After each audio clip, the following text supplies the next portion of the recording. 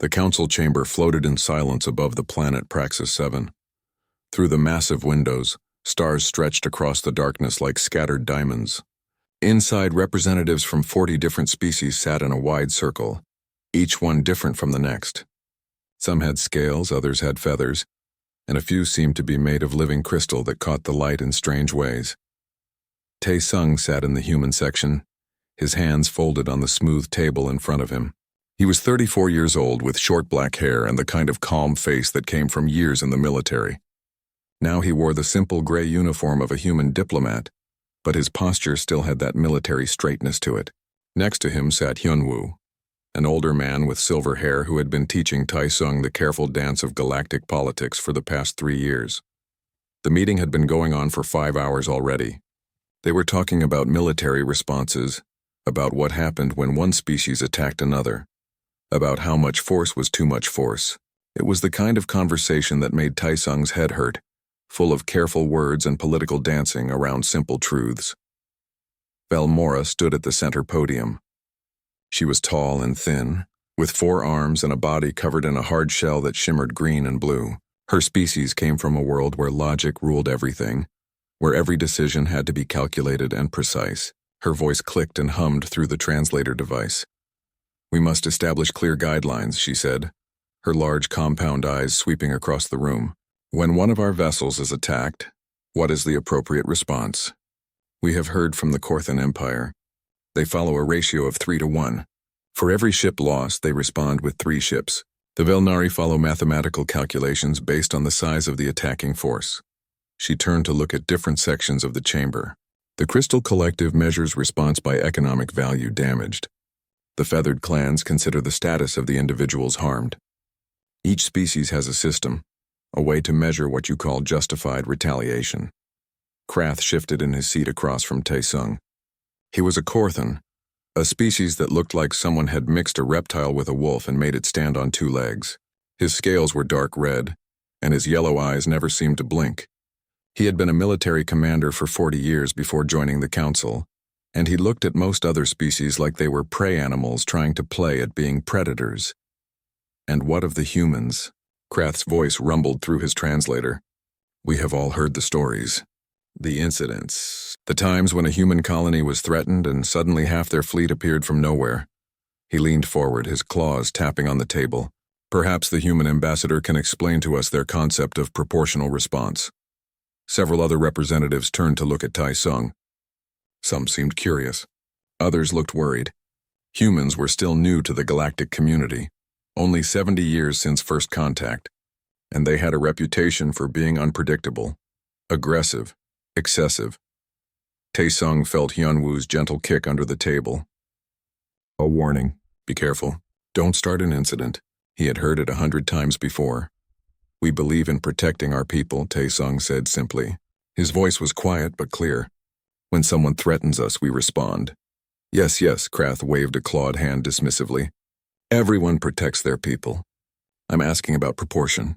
About what you humans consider appropriate escalation." He showed his teeth in what might have been a smile but looked more like a threat. "Perhaps you could define for us the human concept of overkill. We are all very curious." A few representatives made sounds that the translators interpreted as laughter. Tae-sung heard Hyunwoo take a slow breath beside him. This was a trap, obviously. Whatever Tae-sung said next could be used against humanity in future negotiations. If he said humans didn't believe in overkill, they would be called warmongers. If he gave specific numbers, those numbers would be used to limit human responses in the future. The smart move was to deflect, to use careful diplomatic language, to say nothing while appearing to say something. Instead, Tae-sung reached into his jacket pocket and pulled out his personal data pad. The small device fit in his palm, its screen glowing softly. He tapped it a few times, scrolling through his files. Photos, mostly. Personal things he kept with him when he was far from Earth. "Let me show you something," he said. Hyunwoo's eyes went wide. He opened his mouth to say something, but Tae-sung was already standing, already connecting his data pad to the chamber's central display system. It was easy enough. The council systems were designed to let anyone share information quickly. The main viewing screen flickered. The star charts and tactical displays that had been showing disappeared. Instead, a single photograph filled the entire wall-size screen. It showed people, humans, hundreds of them, all gathered together in what looked like a large outdoor space. There were trees in the background, green and full. The sky was blue. The humans stood in rows, sitting and standing, all facing the camera. They were smiling. Some were old, their hair white or gray. Some were young, children barely tall enough to see over the people in front of them. They wore all kinds of clothes, casual and comfortable, the kind of things people wore when they were with family. The council chamber went quiet. Representatives leaned forward, studying the image. Velmora's antennae twitched, and what Taesung had learned was confusion. "I do not understand," she said. "This appears to be a gathering of humans, a social function. What does this have to do with military doctrine?" Krath made a snorting sound. "Is this a joke? You show us a picture of your breeding group?" Taesung looked at the photograph on the screen. He could pick out individual faces. There was his sister Ji-won, standing in the third row, her arm around her husband. His cousin Dae-hyun was in the back, tall enough to be seen easily, grinning like always. His grandmother Young Mi sat in the front row, the place of honor, her hands folded in her lap and that gentle smile on her face that made everyone feel safe. "This was taken 8 months ago," Taesung said quietly. "On Earth, at my grandmother's estate in the countryside. It was a family reunion." He touched the screen and the image zoomed slightly. "There are 237 people in this photograph." "Fascinating," Krath said, not sounding fascinated at all. "Your species breeds efficiently. What does this have to do with my question?" Taesung turned to face the chamber. Every eye, whether 2 or 12, whether placed in a head or scattered across a body, was on him. "You asked me to define overkill," he said. His voice was still quiet, but something in it made the chamber seem even more silent. "This is my answer. This is my clan, my family. Every single person in this photograph." He let that sit for a moment. Some of the representatives were starting to understand. He could see it in the way they shifted, the way their attention sharpened. "Touch one of us," Taesung said softly, "and you face all of us." The silence in the chamber was complete. Outside the windows, the stars continued their eternal dance, uncaring. But inside, something had shifted. A line had been drawn, not with threats or weapons, but with a simple photograph of people smiling in the sunshine. Krath's yellow eyes narrowed. "You would go to war over any individual? Even the young ones? Even the old?" "Yes," Taesung said. There was no hesitation in his voice. "Every single one." Velmora's translator clicked rapidly as she processed this. The economic inefficiency alone would be staggering. The resource allocation required to defend every individual equally would strain any civilization's capacity. "We manage," Taesung said. Hyunwoo finally spoke, his voice carrying the weight of his years. "Perhaps we should take a recess. This discussion has become rather pointed." But Taesung wasn't done. He was tired of careful words and diplomatic dancing. He was tired of other species looking at humans like they were barbarians who had stumbled into civilized space by accident. "You want to understand us," he said, looking around the chamber. "You want to know why we respond the way we do, why we seem excessive to you, aggressive, unpredictable." He pointed at the photograph. "This is why. This is what we are, not individuals, not isolated units. We are connected, all of us. These people would cross the galaxy for each other. They would give up everything for each other. And you know what the really interesting part is?" No one answered. They just waited. "This is just my family," Taesung said. "Just one human's family. And every single human you meet has something like this. A network. A web of people they would die for. People who would die for them." He sat back down, disconnecting his datapad from the display. The photograph vanished, replaced by the star charts. But the image seemed to linger in the air, in the minds of everyone present. Krath sat very still, his claws no longer tapping. Velmora's antennae had stopped twitching. Around the chamber, representatives were quiet, thinking. Finally, a voice spoke from the far side of the room. It was Elder Mixela, a being so old that no one knew exactly what species she belonged to anymore. Her form shifted constantly, never quite solid, and her words came slowly. "The human speaks truth," she said. "I have seen this before in species long dead. The ones who survived were the ones who understood that strength comes not from standing alone, but from knowing who stands with you." The meeting continued, but something had changed. The other representatives looked at Tae-sung differently now.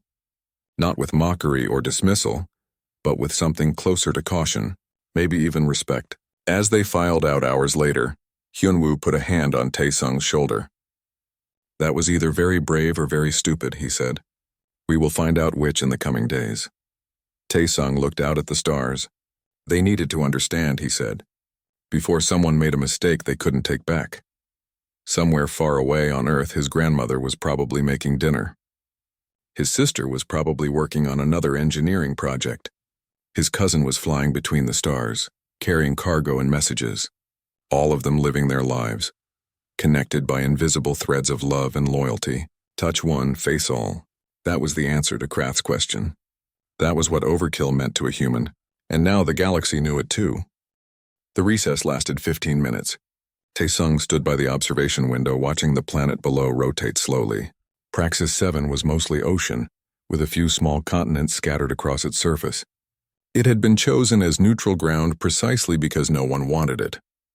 Too much water, not enough land, and nothing valuable in its crust. Hyun-woo appeared beside him carrying 2 cups of what passed for coffee in the station's dispensary. It tasted terrible, but it was hot and caffeinated, which was enough. "They are talking about you," Hyun-woo said quietly. "The Korthan delegation is upset. They think you were threatening them." "I wasn't threatening anyone," Tae-sung said, taking the cup. "I was answering a question. The problem is that your answer sounded like a threat." Hyun-woo sipped his own terrible coffee. "You essentially told the entire council that attacking any human would bring down the wrath of hundreds more." "Yes," Tae-sung said. "Because it's true." Hyun-woo was quiet for a moment.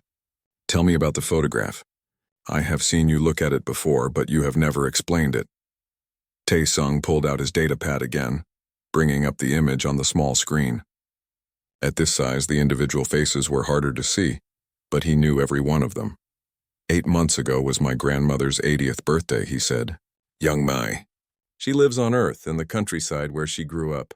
She sent out a message 6 months before that, telling everyone to come if they could. No pressure, no obligation, just an invitation. And 237 people came, Hyun-woo said. 237 people rearranged their lives to be there, Tae-sung corrected. My cousin Dae-hyun was running cargo near Tau Ceti. That's a 3-week journey each way. He left his ship with his crew and took a fast transport back to Earth. Lost money on the contracts he had to cancel. Didn't even hesitate, he zoomed in on a woman in the 3rd row. That's my sister G1. She was in the middle of a terraforming project on Mars. Critical phase, they needed her expertise. She trained her assistant to handle it for 2 weeks so she could be there.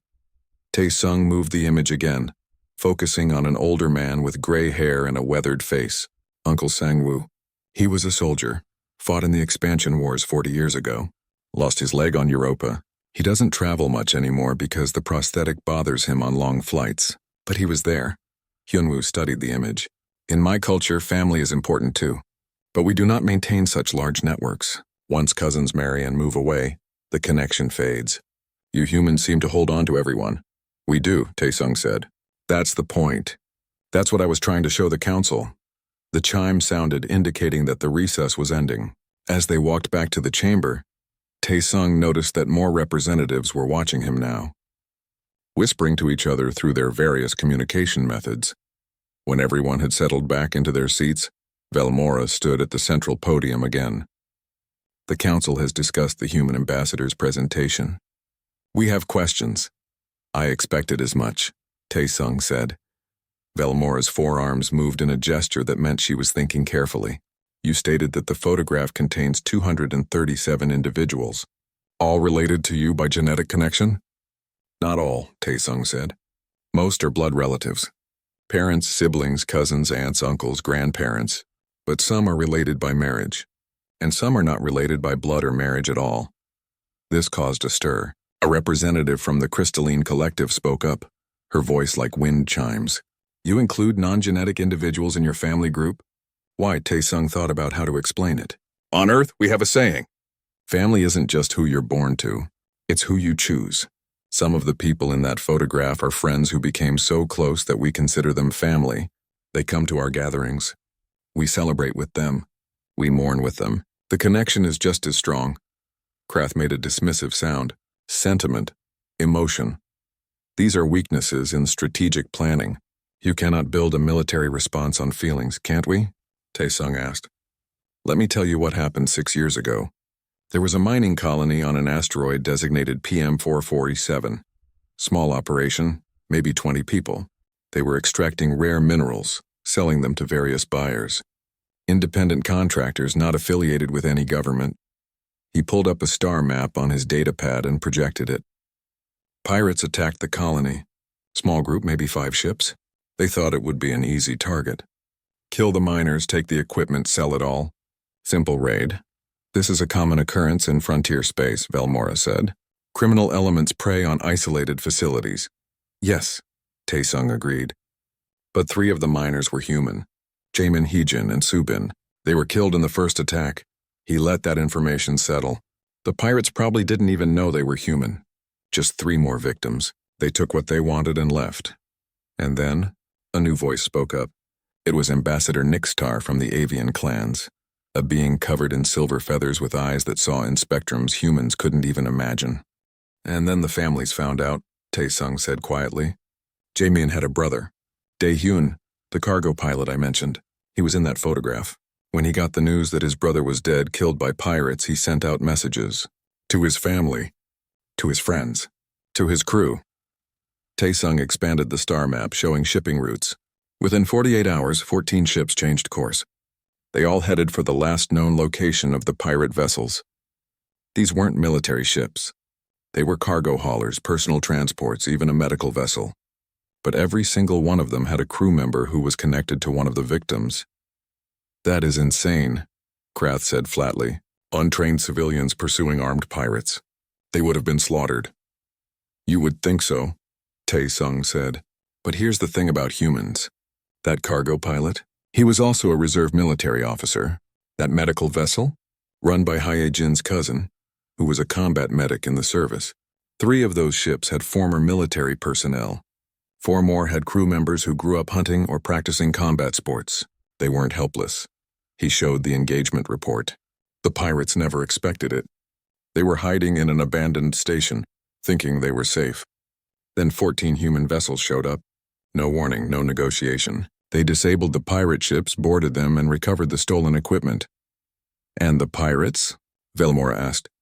Turned over to the nearest legal authority, Tae-sung said. Humans don't murder prisoners. But those pirates spent the rest of their lives in jail, and the word spread. Don't touch human colonies. Don't kill human miners, because you won't just face the colony defense. You'll face their families. The chamber was quiet again. Tae-sung could see them processing this information, trying to fit it into their understanding of how civilizations worked. This seems inefficient, Velmora said finally. These individuals abandoned their economic activities, traveled significant distances, and put themselves at risk. For revenge? Not revenge, Tae-sung corrected. Justice. And to make sure it didn't happen again, to send a message that humans protect each other. He brought the photograph back up on the screen. Every person in this image would do the same thing. If I was in trouble, if someone hurt me, they would come. My grandmother would come. My sister would come. My cousin, who I haven't seen in 5 years, would come. That's what family means to us. Hyunwoo spoke up, adding his perspective. This is part of human evolutionary history. We are tribal creatures. For hundreds of thousands of years we survived because we formed groups, clans, tribes. Those who abandoned their group members didn't survive. Those who stood together did. It is built into our psychology at a fundamental level. But you have outgrown your tribal stage, Nixtar said. You have cities, nations, planetary governments. Surely the old clan bonds are obsolete. Tae-sung shook his head. They got bigger, more complex. But they didn't go away. A human on Earth feels connected to a human on Proxima Station. We're all part of the same larger family. And within that large family, we have our smaller circles, our clans within the clan. He pointed to specific people in the photograph. Jiwon is an engineer. She designs terraforming equipment.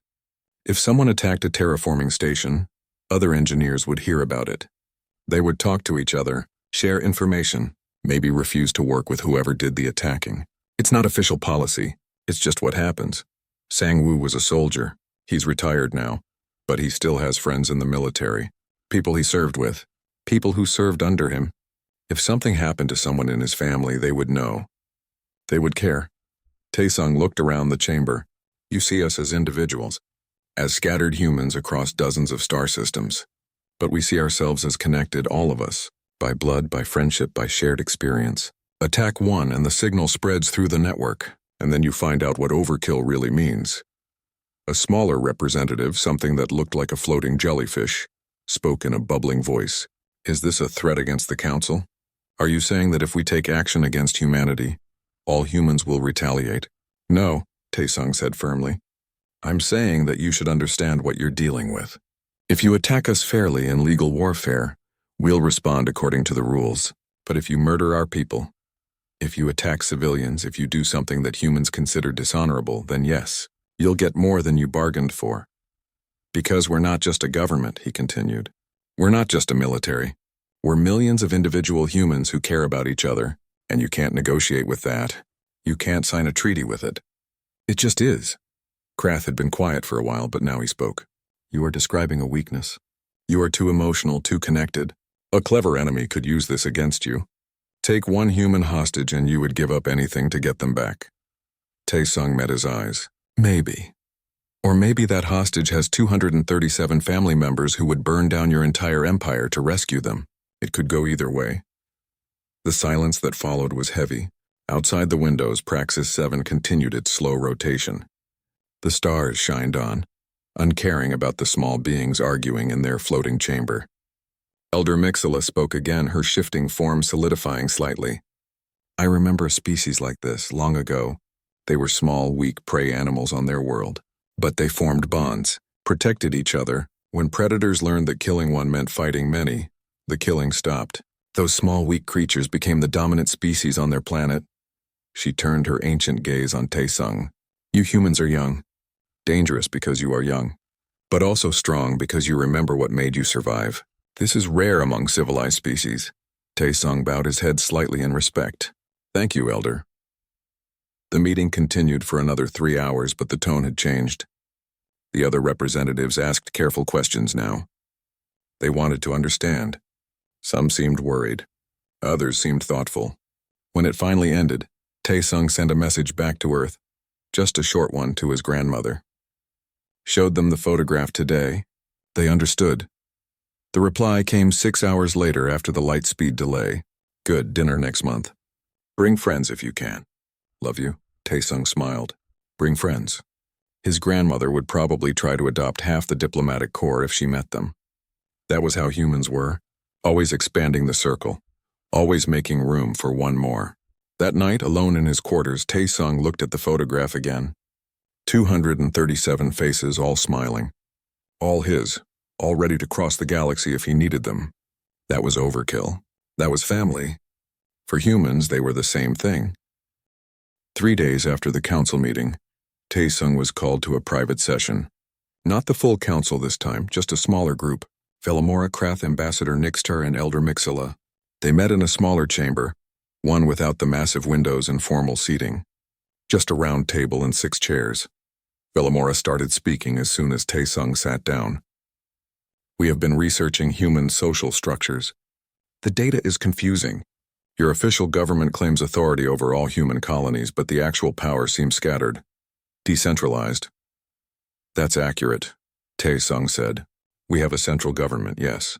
But humans don't really like being told what to do by distant authorities. Local communities make most of their own decisions. Krath leaned forward. Then how do you coordinate military responses? How do you maintain order across 47 star systems? We don't, Taesung said simply.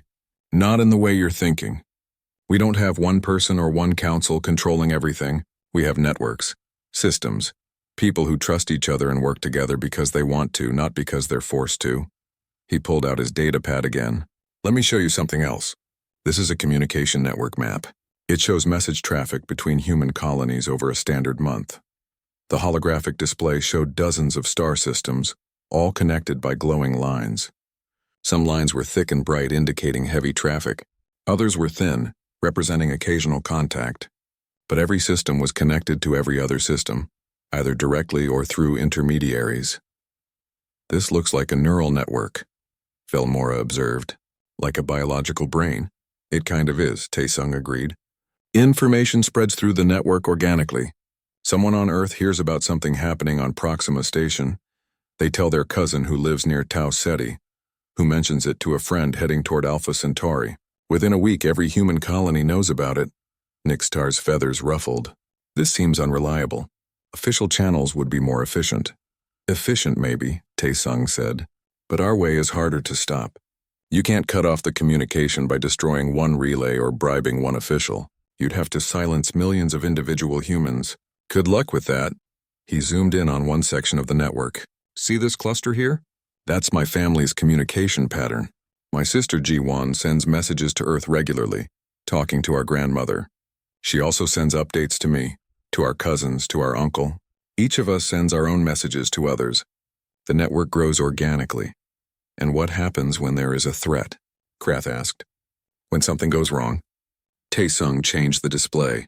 Now it showed the same network, but with a red point in one system. From that point, messages radiated outward like ripples in water. Within hours, according to the timestamp, the red ripples had reached every connected system.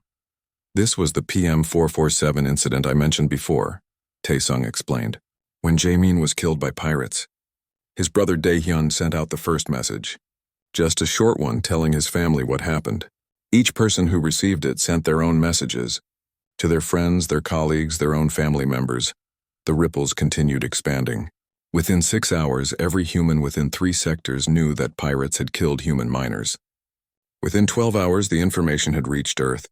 Within 24 hours, every human colony had heard the news. And then the ships came, Velmora said quietly.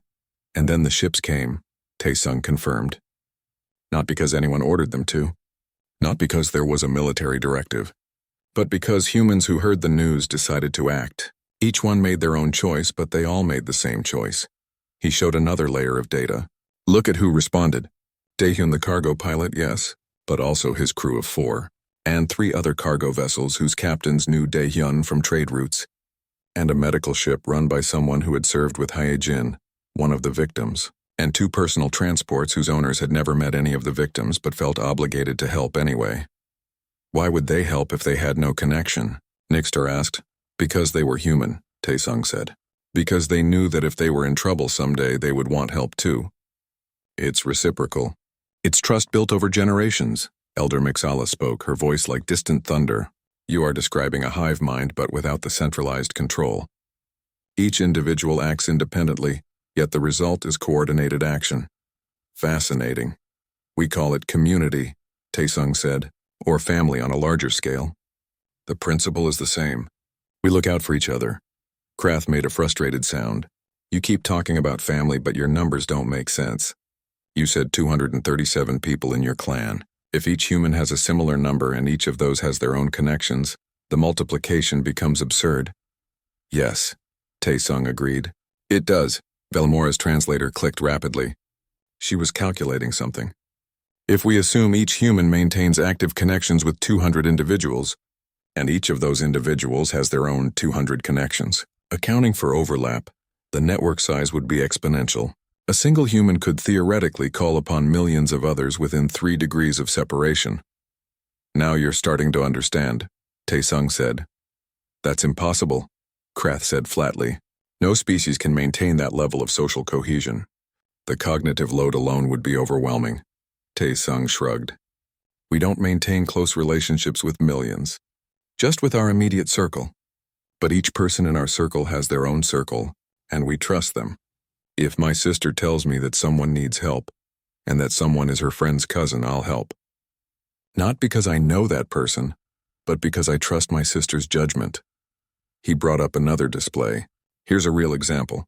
2 years ago, a human settlement on Kepler 442b had a medical emergency, a disease outbreak, something the local doctors hadn't seen before. They needed specialized equipment and expertise. The display showed message traffic again, this time in green. The settlement's doctor sent a message to a colleague on Mars. That colleague knew someone at a hospital on Earth who was an expert in rare diseases. That expert contacted a medical supply company that had the right equipment.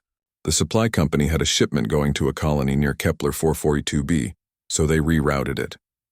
Total time from first message to equipment arriving, 9 days.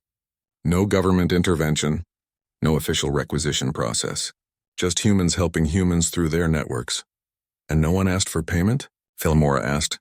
The settlement paid for the equipment and shipping, Taesung said. But the doctor who gave advice didn't charge. The colleague who made the connection didn't charge. The supply company didn't add extra fees for the rush order. People helped because that's what you do. Nixtar tilted her head, a gesture of confusion. This is economically irrational. Resources were expended with no direct benefit to those who expended them. The benefit is knowing that the system works, Taesung explained. That doctor who gave free advice, maybe someday he'll need help with something, and someone in his network will provide it. It's not a formal exchange system. It's more like collective insurance. We all contribute, we all benefit. Krath was quiet for a long moment. Then he asked, what about enemies? Surely humans have conflicts with each other. Your history is full of wars, rivalries, betrayals. Of course, Taesung said. We're not perfect. Families fight. Communities have disputes. Sometimes the networks break down. But the default state is cooperation, not conflict. When threatened from outside, we unite. He thought about how to explain it better. Think of it like this. My sister and I sometimes argue. We disagree about things. But if someone attacked her, I would defend her without hesitation. Our internal disputes become irrelevant when faced with external threats. The same applies to larger groups. Human colonies sometimes have trade disputes or political disagreements. But if an alien species attacked one of our colonies, all of those internal conflicts would be set aside. Instantly. Elder Mixala made a sound like wind through leaves. The young species I mentioned, the prey animals who became dominant. They did the same thing. Fought among themselves constantly, but united against predators. It is an effective survival strategy, but it requires a level of social intelligence that most species lose as they become civilized. We haven't lost it, Taesung said. Maybe because we're still young, like you said. Or maybe because we remember what happens when we forget to look out for each other. Velmora brought up her own data display. I have been analyzing human historical records. You have had catastrophic conflicts, world wars, nuclear weapons, billions dead in various conflicts over your history, yet you claim to value cooperation and family bonds. This seems contradictory. Taesung felt a weight settle in his chest. This was the hard part, the part that humans themselves struggled with. You're right, he said quietly. We have done terrible things to each other. Humans have committed atrocities that I hope you never have to understand fully. We have murdered, enslaved, and destroyed. The chamber was very quiet. But that's also why we value the bonds we have now, Taesung continued. Because we remember what happens when we break them. When we see other humans as enemies instead of family. When we let fear or greed or hatred break the connections between us. He looked at each of them. Every human child learns about our wars, about the mistakes we made, about the times we failed to protect each other. We teach these stories not to glorify them, but to remember, to make sure we don't forget what we're capable of, both good and bad. That photograph I showed you of my family reunion, my uncle Sangwoo was there.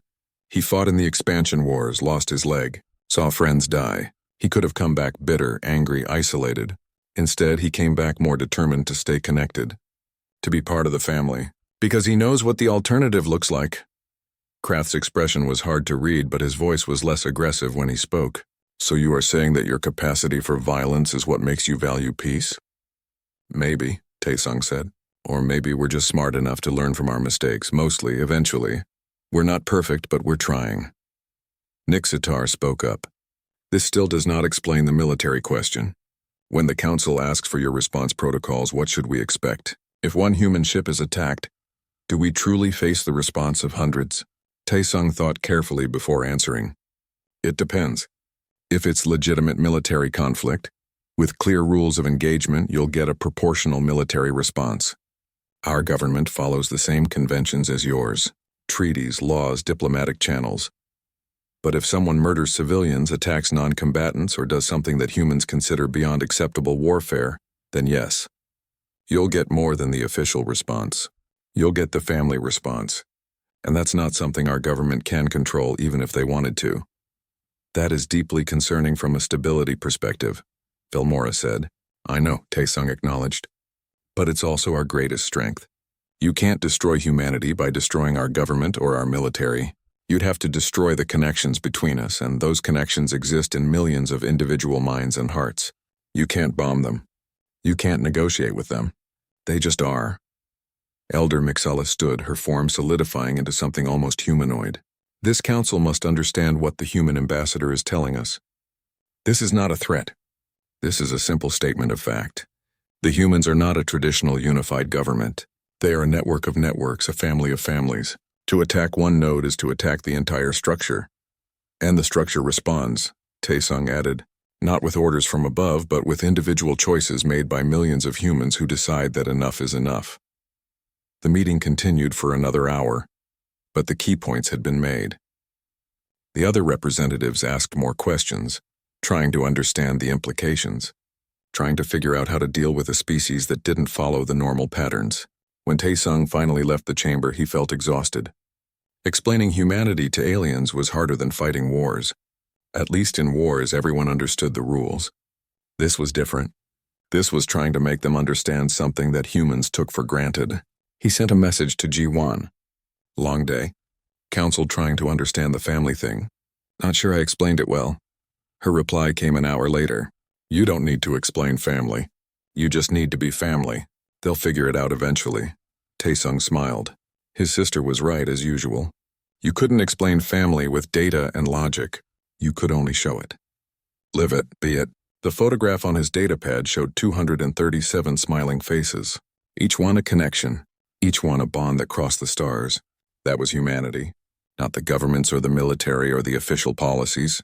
Just people, connected by invisible threads of trust and love, reaching across the darkness to hold on to each other. And if you threatened that, if you tried to cut those threads, then you found out what overkill really meant. The secure communication request came through at 0300 station time. Taesung was asleep in his quarters when his datapad started buzzing with the priority signal. He sat up, rubbing his eyes, and checked the sender. Admiral Soo-jin, Human Fleet Command. This was either very good or very bad. He accepted the call. The holographic display showed a woman in her 50s, her hair pulled back in a tight bun, wearing the dark blue uniform of the human military.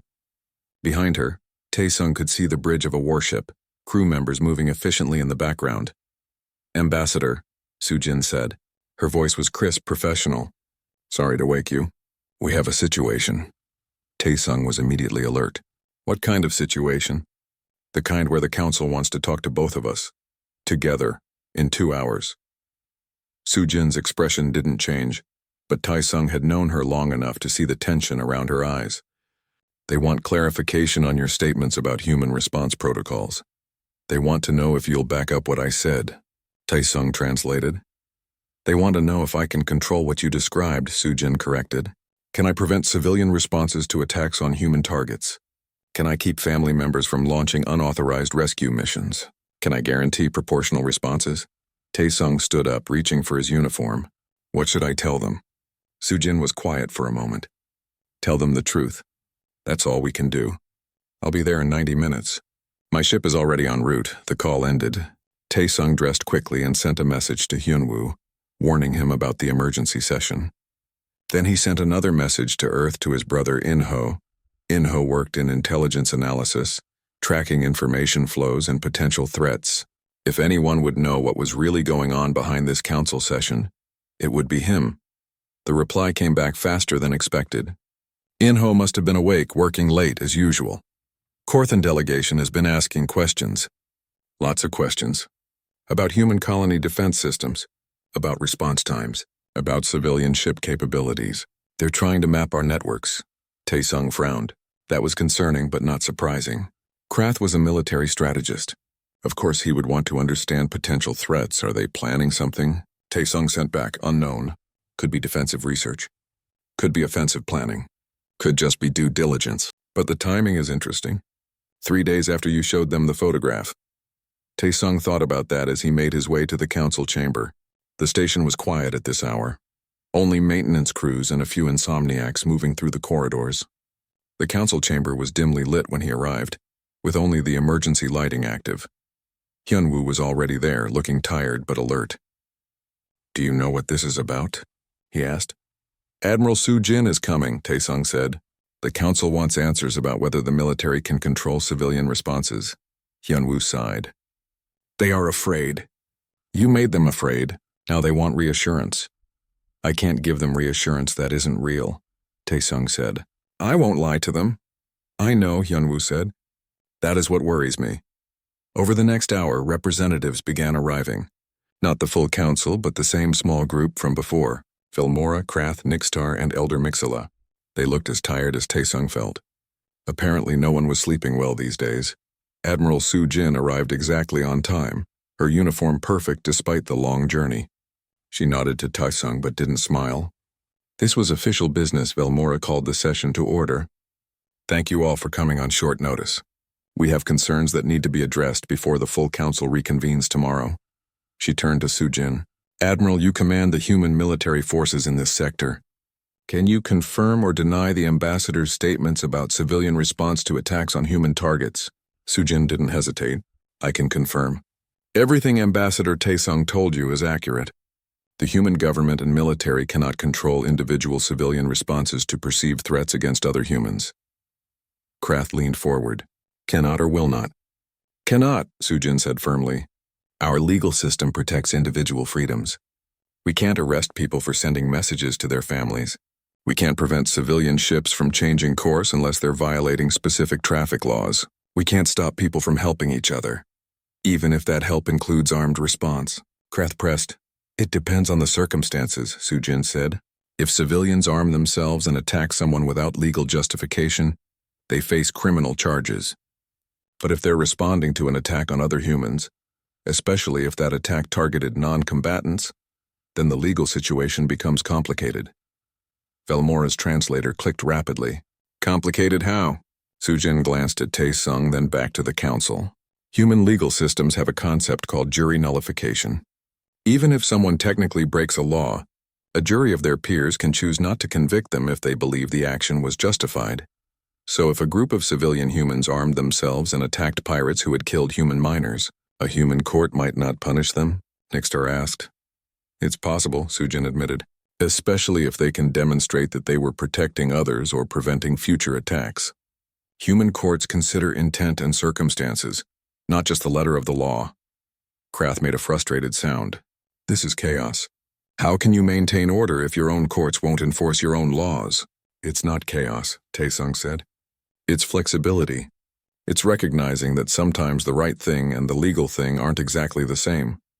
That is a very dangerous philosophy, Velmora said. Maybe, Taesung agreed. But it's ours. And it's worked for us for thousands of years. Elder Mixala spoke up. I think the council is asking the wrong question. You are asking if the humans can control their civilians, but what you should be asking is whether you want them to. Everyone turned to look at her. She continued, her form shifting slowly as she spoke.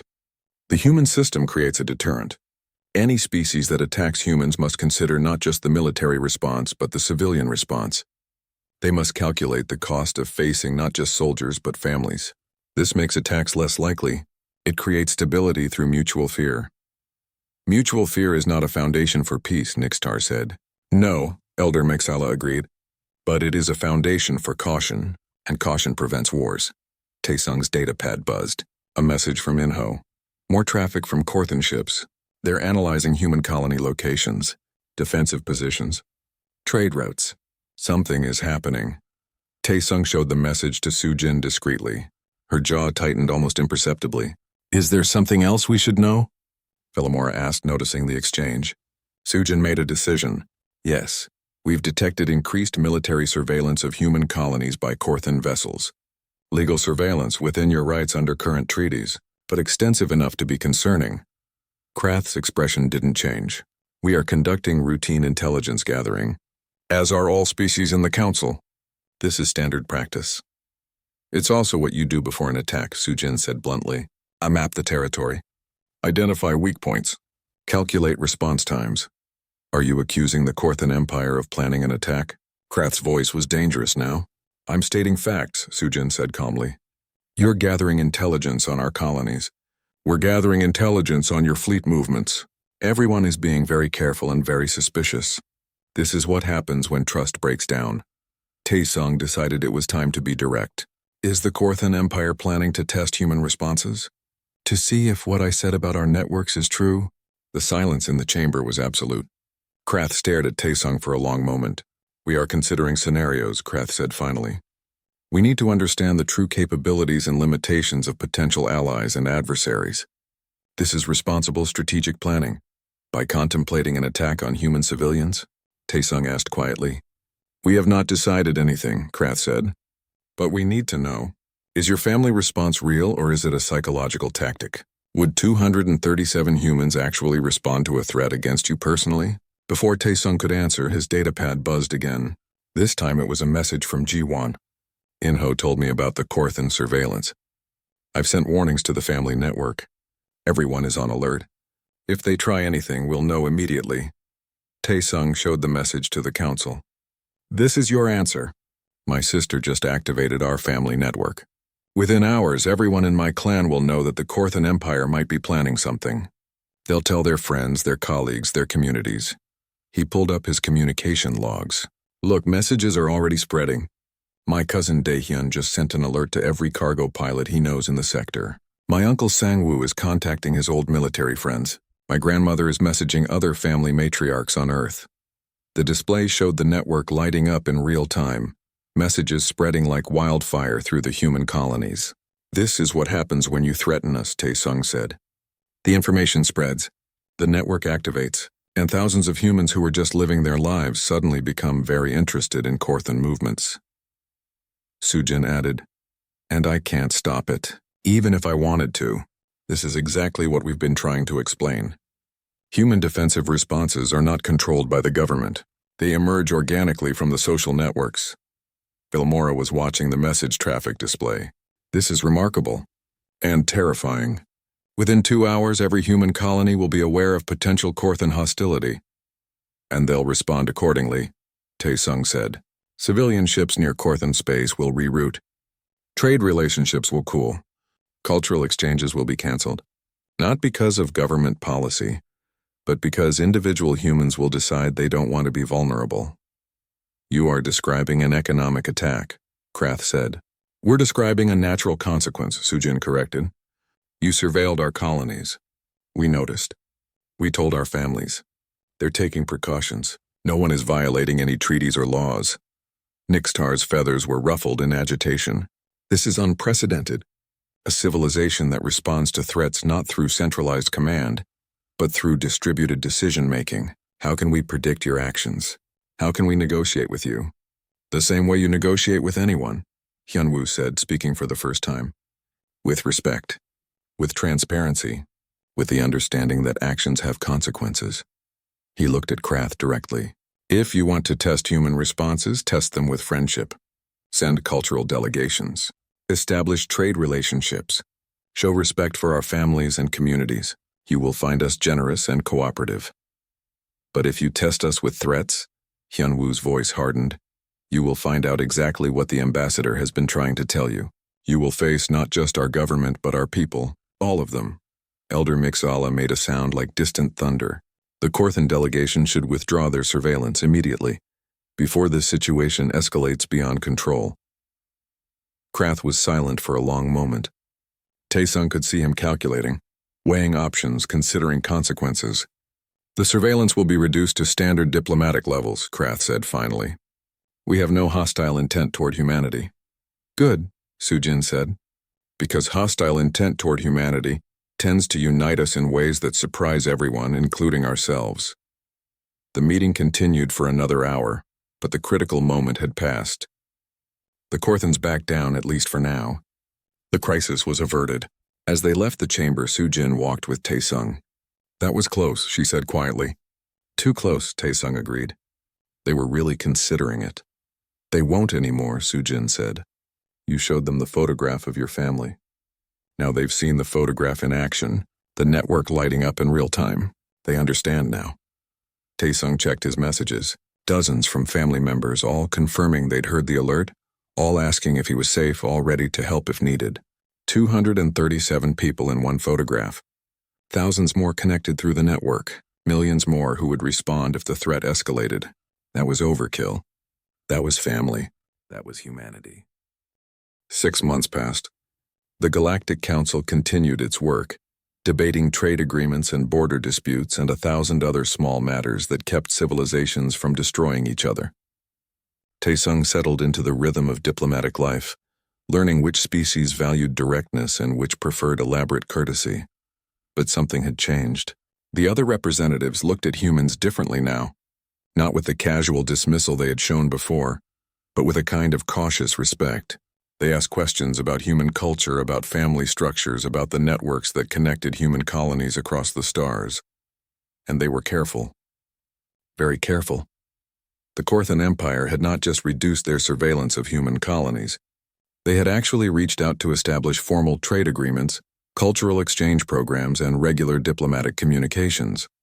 Krath himself had become something close to cordial, though his yellow eyes still watched everything with calculating intensity. Taesung was reviewing reports in his office when Hyunwoo appeared at the door. "The council wants to see you. Full session this time. What did I do now?" Taesung asked, half joking. "Nothing bad," Hyunwoo said, but he was smiling. "I think you will find this interesting." The council chamber was full when they arrived. All 40 species represented, their delegates seated in the wide circle. Filmora stood at the central podium, her forearms moving in what Taesung had learned was anticipation.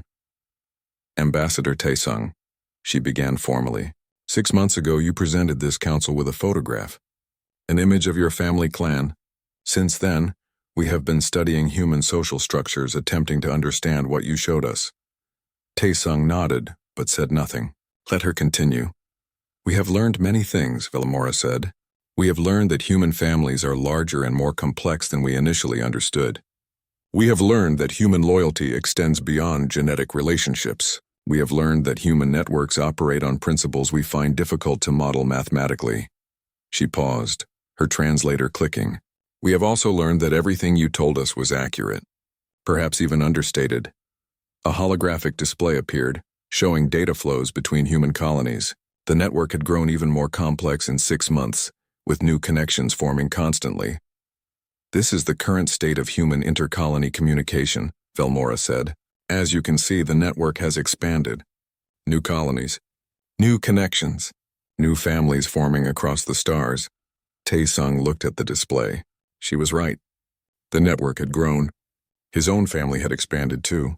Jiwon had married recently, adding her husband's family to their clan network. Taehyun had taken on new crew members on his cargo ship, young humans looking for work and adventure. Each new connection made the web stronger. "We have concluded," Velmora continued, "that the human social model represents a unique approach to civilization building, one that this council should formally recognize and accommodate in our protocols." That got Taesung's attention. "Recognize how?" Krath stood up from his seat. "We propose adding a new category to council diplomatic frameworks: family network civilizations, species whose primary social organization is based on extended family and community bonds, rather than centralized governmental control. Currently, you are the only species that fits this category," Krath continued, "but the council recognizes that attacking a human colony is not simply attacking a political entity. It is attacking a node in a much larger social network. The response will come not just from your government, but from the network itself." Nixtar spoke next, her silver feathers catching the light. "We have also analyzed the economic implications. Human trade networks are based heavily on family and personal relationships. Disrupting one trade route often means disrupting dozens of others as connected traders respond in solidarity. This creates stability," she said, "because any aggressive action against humans carries multiplied economic consequences. It is a natural deterrent." Elder Mixala rose slowly, her form solidifying into something almost solid. "I told you before that I remembered a species like this. Small prey animals who survived through social bonds. I did not tell you what happened to them." The chamber went quiet. Everyone waited. "They were attacked," Elder Mixala said, "by a larger predator species. The predators thought it would be easy. Kill a few, scare the rest, take their territory. But they did not understand what they faced." Her voice grew distant, remembering. "The prey animals fought back, not as individuals but as a collective. Every attack on one group brought response from connected groups. The predators found themselves fighting not hundreds but millions. They were overwhelmed. Eventually the predators learned. They stopped attacking. They began trading instead, and the prey animals, generous in victory, accepted them, formed bonds with them, taught them the value of connection over conquest. She turned to Tai Sung. Your species reminds me of them, young, vulnerable in some ways, but strong in the ways that matter.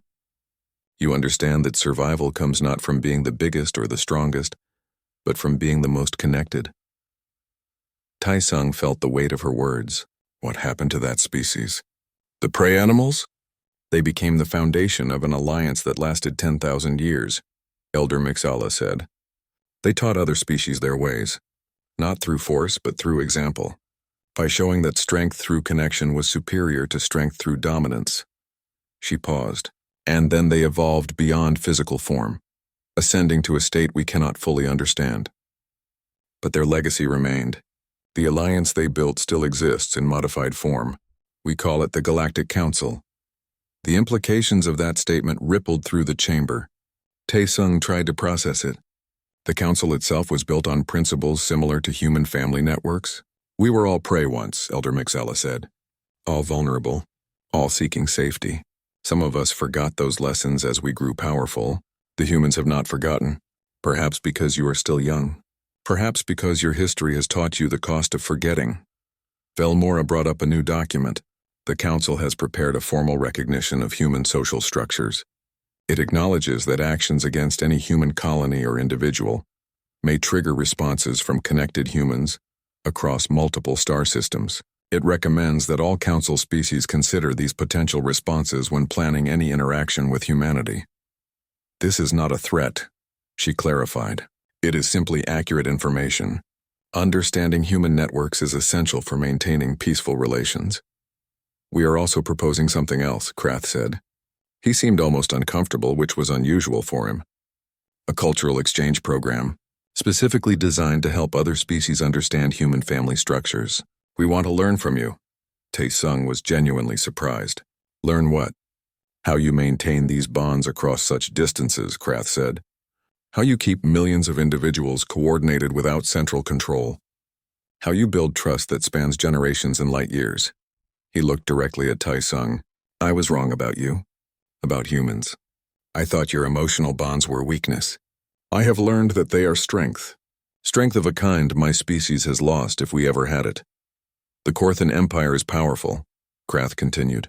We have vast fleets, advanced weapons, strong military doctrine. But we are brittle. Break our command structure, kill our leaders, and we collapse into chaos.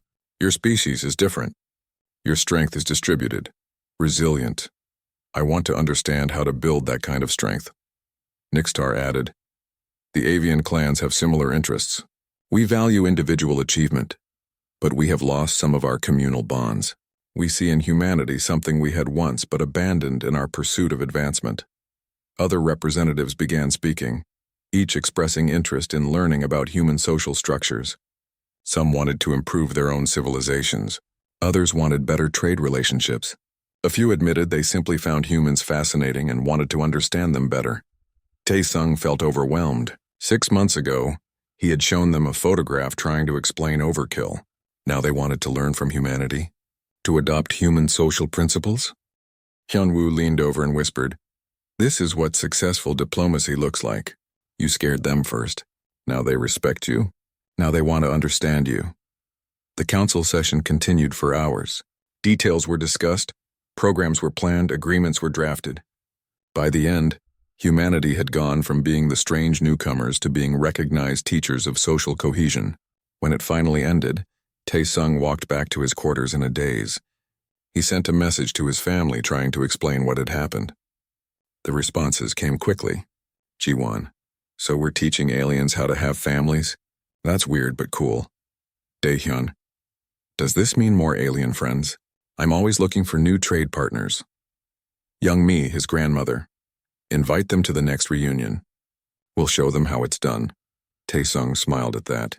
His grandmother always ready to expand the circle.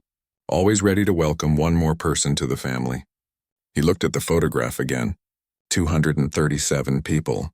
But the number had grown since it was taken. Ji-won's husband's family. Taehyun's new crew. Friends who had become family. The circle kept expanding. A message came through from an unexpected source. Krath. Ambassador, I request permission to attend your next family gathering. I wish to observe human family dynamics in their natural setting. If this is acceptable. Taisung stared at the message for a long moment. Then he forwarded it to young Mi with a note. Can we fit one more at the table? Her response, always room for one more. Tell your friend we'll make extra, and warn him that we hug a lot. Humans hug. Taesung sent the acceptance to Krath along with the warning about hugging. He could almost imagine the Korthan warrior's expression when he learned about that particular human custom. Over the following weeks, the cultural exchange programs began. Small groups of aliens visited human colonies, attending family dinners and community gatherings. They watched humans interact, asked questions, took notes. Some of them seemed confused. Others seemed thoughtful. A few seemed almost wistful, as if remembering something their own species had lost long ago.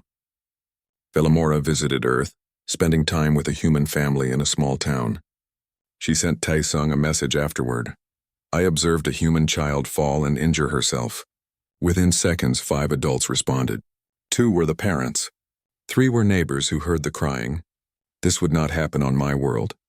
We would wait for designated caregivers, but these humans simply helped because they were nearby and the child needed help. I am beginning to understand what you meant by family.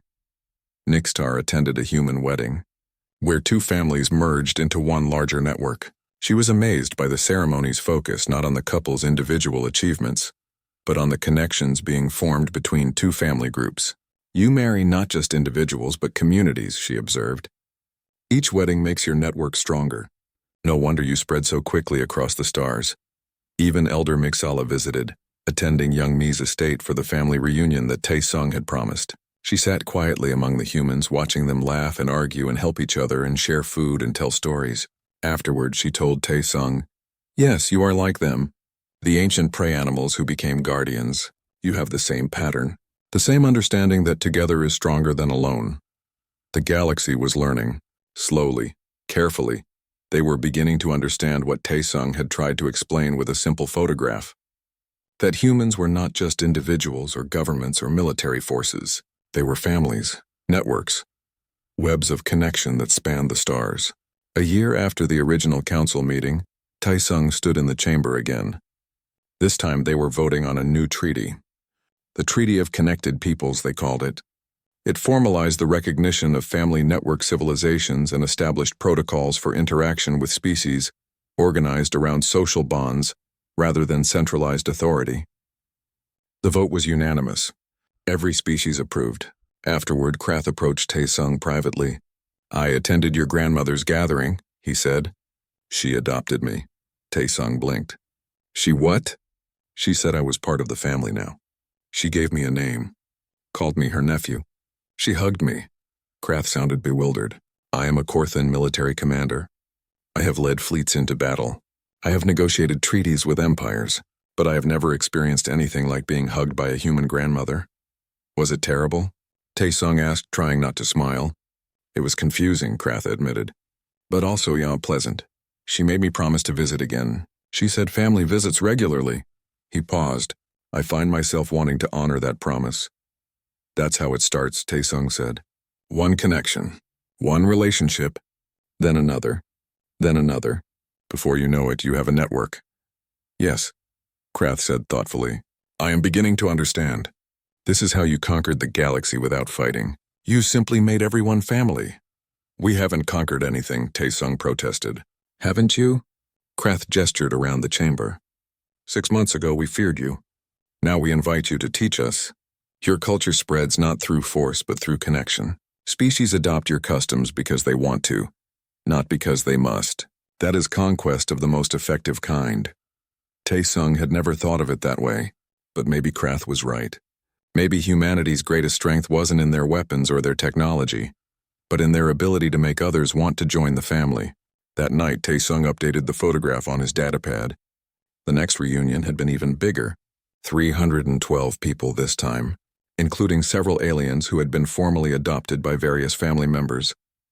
Krath was there, looking uncomfortable but determined in the back row. Velmora was there too, her translator decorated with flowers that young Mi had placed on it. The circle kept expanding. That was what humans did. They found people, connected with them, and pulled them into the web. Sometimes those people were other humans. Sometimes they were aliens who had never experienced family bonds before. It didn't matter. The principle was the same. Connection, loyalty, the understanding that no one should face the universe alone. Tae-sung sent the new photograph to the council archives with a note. Updated family photo. Network continues to grow. Velmora responded. I see myself in this image. I am in a human family photograph. This is highly irregular. Welcome to the family, Tae-sung sent back. There was a long pause. Then thank you. I find I am pleased to be included. The galaxy was learning that strength came not from standing alone but from standing together, learning that the bonds between individuals could span species and cultures and vast distances, learning that family was not just biology but choice and commitment and showing up when it mattered. They had asked Tae-sung to define Overkill. He had shown them a photograph of his clan. Now that clan included aliens from a dozen different species, all learning what it meant to be connected, all learning what it meant to have someone who would cross the galaxy for them. That was Overkill. That was family. That was humanity's gift to the stars. And the circle kept growing. One connection at a time, one relationship at a time, one family gathering at a time. The web spread across the galaxy, invisible but unbreakable, connecting billions of individuals in a network of mutual care and support. Touch one, face all. But also, welcome one, welcome all. That was the complete truth. The part Tae-sung had shown in anger and fear, and the part he was showing now in friendship and hope. Humans protected their own, but they were also always ready to expand the definition of their own, to include anyone who wanted to belong. The galaxy was becoming family, one human gathering at a time, and young me was already planning the next reunion. She was going to need a bigger estate.